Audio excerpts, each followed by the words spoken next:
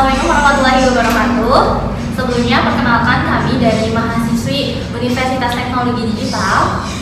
Berhubungan dengan adanya tugas jaringan bisnis, kita bakalan mewawancara AA nih buat keperluan tugas mata kuliah jaringan bisnisnya A.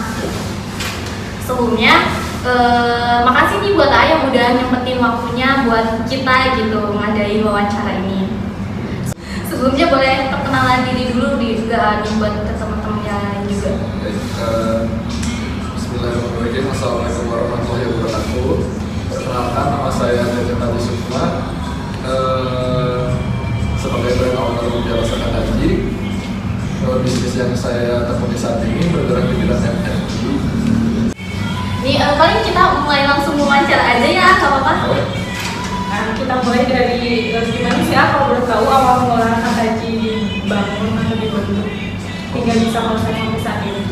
Oke, awal mula Haji dibentuk itu berawal dari ketidaksengajaan sebetulnya, karena memang nggak ada niatan buat usaha ini gitu kan, karena awalnya kan usaha yang pengen saya jalan itu sebetulnya di bidang F&B juga, tapi dalam bentuk minuman bukan makanan gitu. Dan kapan Haji ini dibentuk? Haji dibentuk pada tanggal 27 Juli 2022, jadi 1 tahun belakangan. Nih, setahu aku ya Haji itu sekarang tuh udah lumayan viral ya gitu di mana-mana. Nah, gimana sih buat AA membangun jaringan bisnis itu supaya sampai udah lumayan nih sekarang itu punya nama brand yang cukup terkenal gitu? Oke, jadi ada 3 materi yang saya pahami pada saat menjalankan bisnis ini. Yang pertama itu sales, yang kedua itu personal branding, yang ketiga adalah marketing. Jadi tiga teori itu harus jalan gitu kan, dengan tujuan gimana caranya bisnis saya bisa bertahan lebih lama gitu kan, bukan hanya sesaat. Nah, artinya kan tiga ini harus berjalan. Terus bagaimana caranya, kok bisa gitu kan Haji ini bisa dikenal orang dengan dalam jangka waktu yang sangat singkat. Ya, yang pertama kali saya lakuin itu, yang pertama collab. Awalnya sih sebelum collab itu yang dilakuin itu kan promosi dulu lewat media sosial gitu kan, kayak WhatsApp, Instagram dan sebagainya. Nah, dari situ mulai kepikiran buat advertising. Salah satunya itu collab dengan food blogger gitu. Nah, dari situlah awal mula Haji bisa dikenal orang dalam waktu yang sangat singkat. Nah, kalau begitu berarti bagaimana nih jaringan pemasaran yang digunakan oleh Haji?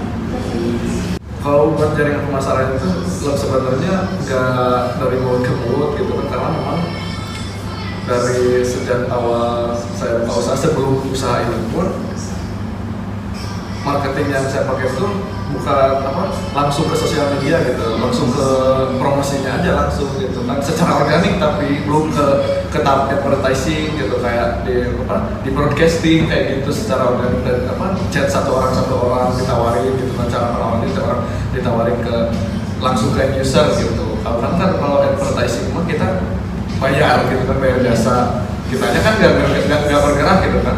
Kalau saya pribadi awalnya sebelum advertising itu organik dulu. Nah, kalau untuk jaringan produksi atau operasinya yang digunakan Haji itu kayak gimana? Alat-alatnya atau apa? Iya. Oke, buat alat-alatnya itu Haji Itu masih manual gitu ya? masih manual. Masih dilakukan sendiri manual. Dan bagaimana cara AA mengelola pembiayaan dan keuangan dan di Haji ini? Untuk pengelolaan pengelolaan keuangan yang sekarang berjalan itu sebetulnya masih manual, belum pakai aplikasi dan sebagainya. Jadi memang diatur sendiri gitu, buat A, B, C itu memang diatur sendiri, nggak pakai aplikasi sama sekali. Benar-benar Benar-benar pure sendiri gitu. Ini kan kalau sekarang tuh Haji juga kan udah ada cabangnya nih ya. Nah, distribusinya itu gimana sih kayak misalnya punya reseller atau yang lainnya gimana? Pendistribusian ke cabang? Enggak, ke konsumennya. Konsumen. Lebih ke open justice sih, kalau buat pendistribusian gitu. Lebih ke open justice. Karena kan kalau reseller itu beda mungkin ya, kayak bisnisnya bukan F&B gitu kan. Gimana sih? Reseller juga bisa, cuman lebih ke kebanyakan justice. Jadi atau ada kerjasama sama beberapa brand mungkin ya buat justice gitu. Kalau buat kerjasama, jadi katanya itu kerjasama juga sama kayak yang namanya kurir gitu, kurir lokal. Nah, di mana si kurir lokal itu ngebantu buat promosi, di mana setelah mereka mempromosikan itu mereka ada keuntungan juga dari pengiriman barangnya. Jadi mereka sistemnya justice lah istilahnya. Apakah di Kataji ini tergabung dalam sebuah organisasi atau enggak? Untuk saat ini belum sih.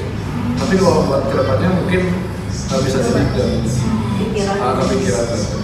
Nah kan tidak tergabung dalam sebuah komunitas ya untuk saat ini. Nah bagaimana sih Kataji cara mengembangkan bisnisnya sampai saat ini? Oke, buat strategi mungkin ya, lebih ke strategi. Oke, strategi Kataji. Kalau buat saya pribadi gitu kan strateginya bagaimananya. Yang pertama yang tadi dilakuin gitu kan organik dulu. Yang kedua advertising. Terus kalau buat saat ini dua itu dulu sih, belum ke tahap yang lebih lanjut. Ini kalau misalnya kan pastinya Kataji itu besar tuh kalau konsumennya pasti repeat order ya. Gimana sih caranya supaya si konsumen itu repeat order terus menerus gitu Kak? Kalau Kataji lebih ke pelayanan sih yang diperbaiki gitu. Karena karena gini, saya mikirnya gini, kalau misalkan si konsumen itu bisa loyal ke kita tuh karena apa gitu kan? Yang pertama karena bukan cuma voucher dan sebagainya gitu kan. Kalau itu lebih ke cara marketing ya, bukan ini kan secara psikis gitu kan. Kenapa orang itu bisa repeat order gitu kan? Kalau saya lebih ke pelayanannya, karena analogi sederhananya kan gini, kalau misalkan orang-orang tuh belanja gitu kan di suatu tempat, kalau misalkan tempatnya nyaman gitu, pelayanannya aman, otomatis kesan pertama lah buat si konsumen gitu kan. Ternyata kesan pertama di sini itu positif, otomatis buat ke depan itu ada kemungkinan dia buat beli lagi. Terus yang keduanya dari quality produk gitu. Kalau kualitas produknya bagus, otomatis si konsumen juga bakal puas tuh. Nah, jadi dua itu sih yang lebih ditekankan di Kataji. Yang pertama pelayanan, yang kedua kualitas produknya. Dan terakhir Irma, tipsnya buat kami bagaimana cara membangun jaringan bisnis yang capai gitu. Oke. Kalau buat saya pribadi gitu kan, yang pertama itu kita harus punya yang namanya, kalau dalam usaha itu namanya kolam. Kalau yang saya jalani gitu kan, yang pertama harus punya kolamnya dulu. Kolam ini dalam artian ini adalah akun, dimana si akun inilah yang akan menjaring si konsumen ini agar lebih tertarget. Otomatis kalau misalkan kalau kita udah punya akun, terus udah punya konsumen yang tertarget, otomatis kita buat masarinnya juga lebih gampang gitu, ketimbang kan banyak nih UMKM yang UMKM yang masih benar-benar ngerintis gitu kan. Nah, mereka tuh kebanyakan kalau jualan ya jualan aja, tanpa mereka tuh memikirkan ke depannya tuh ini bisnis dia mau dibawa kemana. Nah, kalau saya pribadi mah gimana sih caranya gitu kan bisnisnya itu bisa bertahan lebih lama. Salah satunya itu yang 3 poin tadi gitu kan, yang namanya jualin yang namanya bisnis itu kan harus ada sales, personal branding, di mana personal branding ini tuh gimana caranya produk kita tuh bisa tetap diingat sama si konsumen gitu. Ketika konsumen itu misalnya pengen berjajan lebih basah, tiba-tiba terus si konsumen itu tiba-tiba kepikiran, oh ya udah lebih basah aja. Nah, itu kan yang namanya personal branding itu kan ya kayak gitu. Terus yang ketiganya adalah marketing gitu, dimana marketing ini kan banyak gitu kan, luas gitu. Karena itu skill yang harus kita asah juga dari segi marketingnya gimana gitu kan, biar si produk itu tuh lebih cepat lebih cepat viral gitu gitu kan, lebih cepat dikenal orangnya itu bagaimana. Nah, di situ sih poinnya. Ini sebelum selesainya ada pesan gak buat teman-teman yang baru mulai bisnisnya gitu? Oke, mental sih, lebih ke mental. Karena selain modal, karena kan banyak kalau berbicara modal sebetulnya justru orang yang punya modal itu lebih banyak, tapi orang yang punya mental itu kan belum tentu banyak gitu. Kadang-kadang ada juga kan kasusnya misalkan orang tuh punya modal, dia pengen usaha, tiba-tiba langsung terjun tapi dia belum punya mental buat usaha itu. Otomatis kan mau seberapa besar modal kamu kalau mental kamunya belum terbentuk, belum siap, otomatis itu si bisnisnya nggak akan benar. Karena jangan berpikir bahwa ketika kita terjun ke bisnis itu tiba-tiba langsung untung gitu kan, karena nggak, pasti ada perjalanannya gitu kan, ada naik turunnya yang namanya bisnis. Nah pas di turunnya ini gitu kan, mental kita benar-benar harus siap gitu. Kalau misalnya nggak siap ya udah. Paling keep segitu aja dari kita. Terima kasih sebelumnya buat Aa udah nyempetin datang gitu ke sini buat nyempetin bisa wawancara sama kita. Semoga Kak Taji semakin besar gitu, semakin jaya. Terima kasih buat semuanya. Assalamualaikum warahmatullahi wabarakatuh.